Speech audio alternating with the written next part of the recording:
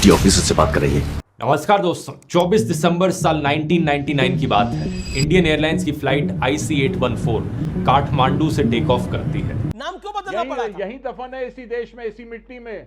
हाँ तो लोगों कौन का मना कर 50 रहा है साल सर? मनोरंजन इसी किया है। देश की मिट्टी से बने हैं, इसी देश की मिट्टी में दफन है, लेकिन प्रश्न पूछने पे आप गुस्सा गए। नमस्कार दोस्तों, एक और धमाकेदार वीडियो में आपका स्वागत है। दोस्तों आज हम बात करने वाले नेटफ्लिक्स पर आई एक नई वेब सीरीज के बारे में। जी हाँ, नेटफ्लिक्स पर जैसे ही एक नई वेब सीरीज आई उसके बाद में भारत की न्यूज़ मीडिया में धमाका मच गया है। IC-814 को हाईजैक करने वाले कौन थे? आतंकवादी किसी के बाप के नहीं होते।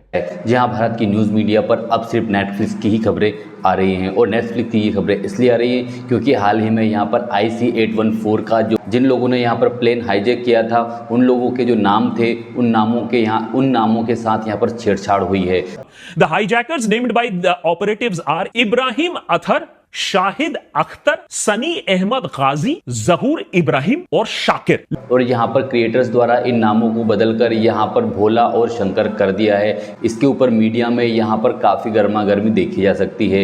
इसके ऊपर मैंने एक रिपोर्ट तैयार करी है। अगर आप इस रिपोर्ट को पूरा देखते हैं तो यकीन मानिए आपको इस बारे में पूरी जानकारी हो जाएगी कि अब यहाँ पर न्यूज़ मीडिया में नेटफ्लिक्स को लेकर क्यों गर्मागर्मी है और इस वेब सीरीज़ में यहाँ पर नामों के साथ छेड़छाड़ क्यों हुई है। इसकी जो पूरी जानकारी है आपको इस वीडियो में मिल जाएगी, तो इस वीडियो को अंत तक जरूर देखिएगा। चलिए इस वीडियो को शुरू करते हैं। पूछ रहा हूँ आपकी राय क्या है उसके ऊपर? What nonsense? मैं कह रहा हूँ तब ये एक ही चीज पकड़ लेते हैं आप।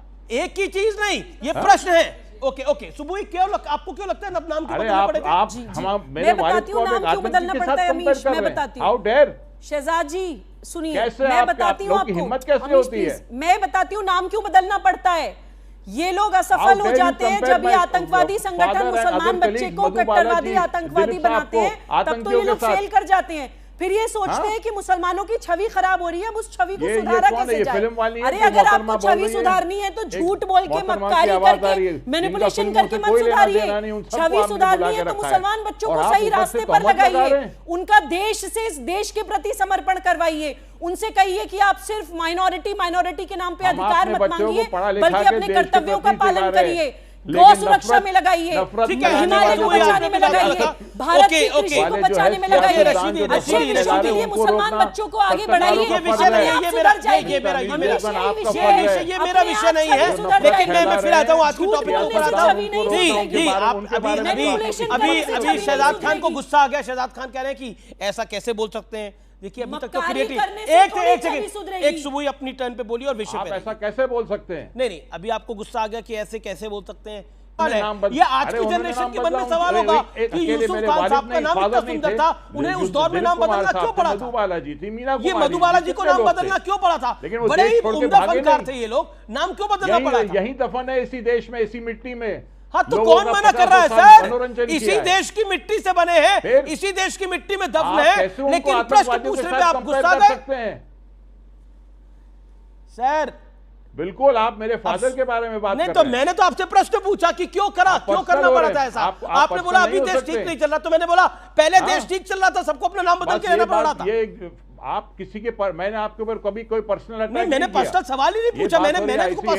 मैंने तो आपको सवाल पूछा सर। ये मत मानो, लेकिन हकीकत दिखाई गई है। क्या हकीकत है? सरकार कमजोर ना क्या उस प्लेन को हाईजैक करने वाला शंकर था या शाकिर था? क्या उस प्लेन को हाईजैक करने वाला मोहम्मद अख्तर था या भोला था? ये सवाल मैं पूछ रहा हूं आपसे। कौन था जिसने हाईजैक करा? आप बोलिए नाम क्या था? जिसने IC-814 को हाईजैक किया वो कौन था? IC-814 को हाईजैक करने वाले कौन थे? आतंकवादी किसी के बाप के नहीं होते, उनको क्यों शरण दिया जाता है? नहीं तो एक बात बताइए ना, आप ही मुझे बताइए, आप ही मुझे एक सेकंड पकड़ो तो इनको वहीं खत्म कर दो। क्यों आप लोग लाके जेल में पालते हैं उनको? ये सब सिस्टम की गलती है। मालूम था कि ये बाहर निकलेगा, ये हजारों को मारेगा। और ये मैंने बात अपने उस वक्त के जो सीनियर लोग थे उनको कहा कि इसको छोड़ना मीन्स हजारों की मौत, और वही हुआ। इसने जाकर जैश मोहम्मद बनाई, उस जैश मोहम्मद ने संसद पर अटैक किया और उस तरह के बहुत सारे, हमारी असेंबली पर अटैक किया, बहुत सारे सुइसाइडल अटैक मिशन इसने लॉन्च किए और कितने लोगों की जानें गई इसमें। वो ऐसा टेररिस्ट छोड़ना मैं समझता हूँ बहुत बड़ी चूक थी। मैं आज आप मेरे से पूछोगे तो जिस तरह इसराइल कंप्रोमाइज नहीं करता है हाईजैकर से, आइडियली तो वैसा होना चाहिए, लेकिन क्या आपके लोग आपके साथ हैं? अगर आपके लोगों के जो जिनके रिश्तेदार वहां थे, अगर वो इतना बवाल मचा रहे थे और सरकार जो आपकी अपोजिशन पार्टीज थी, जो बाकी थे, सरकार को इतना प्रेशर पे लाया और अल्टीमेटली वो कंधार में चला गया। आपका मन क्या कहता था अगर आपके मन पर छोड़ देते उस समय, अगर आप अपने मन की आवाज सुनते? गला दबा दो, उसको ऐसे आदमी को जाने नहीं देना चाहिए था। बहुत बहुत मतलब आपके मन में ये थॉट आया, ये ख्याल आया कि इसको जाने नहीं दूं मैं? बिल्कुल आया, बिल्कुल आया। ये देश के बाहर गया तो ये बर्बादी करेगा और वही हुआ। आपके मन में ये थॉट चल रहा था कि आप इसको मार देंगे?